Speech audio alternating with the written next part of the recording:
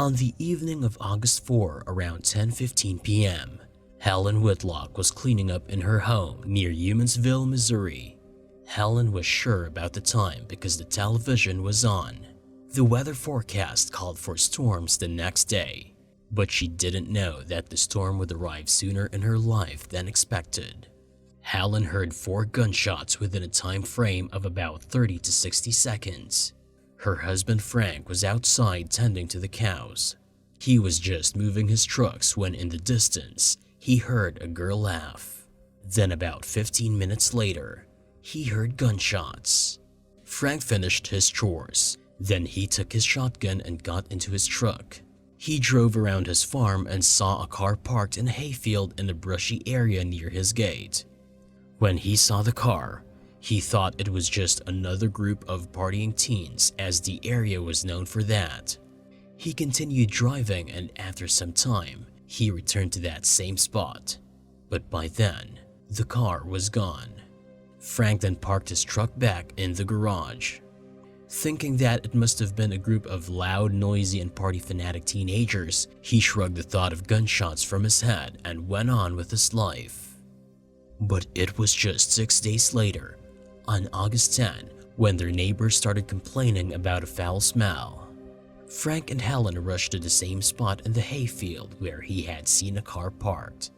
And to their shock, they found a horrifying crime scene there.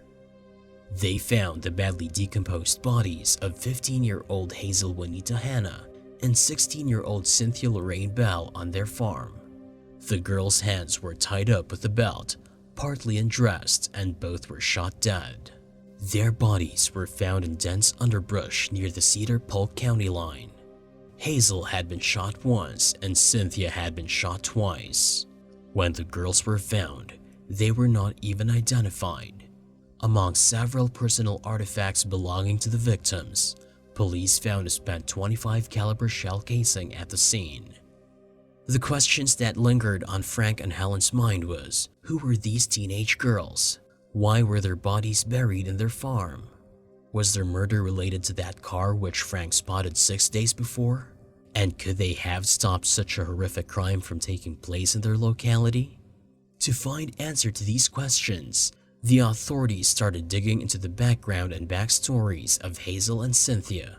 Cynthia was eventually identified by her dental records, and Hazel was identified by a relative who was willing to check the personal belongings.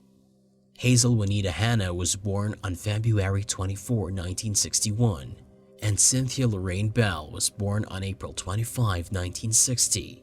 As apparently both of them led hard lives, both had the reputation to be difficult girls. They did not have a strong family life. Both were high school aged, but it was unclear if they had finished high school or not. And if asked about how did these two meet, it won't be wrong to say that both of them were runaways who were going in the same direction. Hazel was known for having a big mouth with smart remarks. According to the papers, she was pregnant and was planning to leave town. Cynthia was apparently the kind of girl to get into fights. She had told her friends that she was being abused. According to the papers, Cynthia too had gotten pregnant. She fled to Texas, where she gave birth to a child and gave the baby away before returning to the Humansville area. The girls were never in one spot for a long time. They were seen throughout the summer of 1976 in various cities, houses, and with various friends. If they had no place to go, they used vacant buildings or even sheds for shelter. But they did have a plan. The plan was to leave. The girls met a friend and he had plans to move to Joplin, Missouri to find work. Hazel and Cynthia were intending to tag along. However, the friend got scared that he might get in trouble for having 2 female teens with him, so he left alone. Hazel and Cynthia were so keen on leaving Humansville that they took a bus and tried to find him. When they failed, they hitchhiked back to Humansville. Authorities were told that the girls were picked up by a pair of truck drivers who gave them a hard time. Both girls got uncomfortable with them and asked to be dropped off. They were dropped off on an unknown piece of highway. To get to Humansville, they went back to hitchhiking. That's when a Polk County deputy officer saw them. He picked them up and took them to the county's juvenile office. This was on July 30, 1976. That night, they were placed in foster care in a home in Morrisville. But they didn't stay there because that wasn't their plan. They left on July 31st, 1976. Their families reported them missing on August 1st, 1976. In the days that followed, they were seen hitchhiking, and somehow they did manage to get back to Humansville. Where did they stay? Nobody knew. They were last seen alive on August 4 around 9:30 p.m. The next time anyone saw the girls, they were murdered. A lead sheet in the case's investigative report file included notes on interviews and witness statements after the murders. But these tips came to a stop with the last lead sheet entry dating August 27, 1976. Then abruptly, the lead sheet starts again with new entries starting over a year later on September 27, 1977.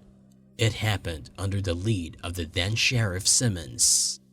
New hope to solve this case came when the authorities spoke to a jail inmate who had just been arraigned for an unrelated 1977 murder. He said he knew who killed Hazel and Cynthia. Although the informant's name was withheld, Sheriff Simmons considered the man a reliable informant. The informant said that he was driving around with the man who committed these murders. They said they picked up Hazel and Cynthia on August 4, 1976. They drove down a gravel road to find a spot to hang out and make out. The inmate said that at one point, one of the girls became upset because one of the men got rough with her. She fled screaming from the car they were in and threatened to turn the two men in for rape. Then one of the men ran after the girl. He dragged her back while the other man got out a gun and they shot both girls. The men then drove to a spot to dump the bodies. At that spot, they shot the girls again to make sure they were dead. They then dragged the bodies into or underneath bushes and just left them there. The two men said they traded the gun at a pawn shop in Butler.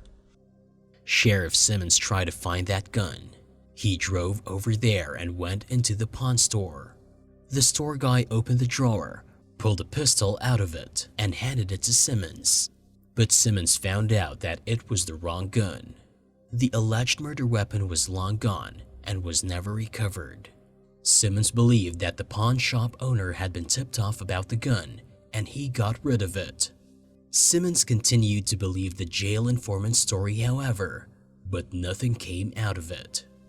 After this, in 1977, no more new leads came in and the murder case of Hazel Juanita Hanna and Cynthia Lorraine Bell remained cold and unsolved after decades of the crime. Even to this date, law enforcement have been trying hard to get some fresh leads on this case and track down the teen's killer dead or alive. But there are some unaddressed questions in this case. Questions like, if Cynthia gave birth somewhere, are there records of the hospital or the resource center? If she gave up the baby for adoption, is there a paper trial available? If the authorities could track the baby's blood, they can subsequently track down the father, and maybe the father remembers something that can help police solve these murders.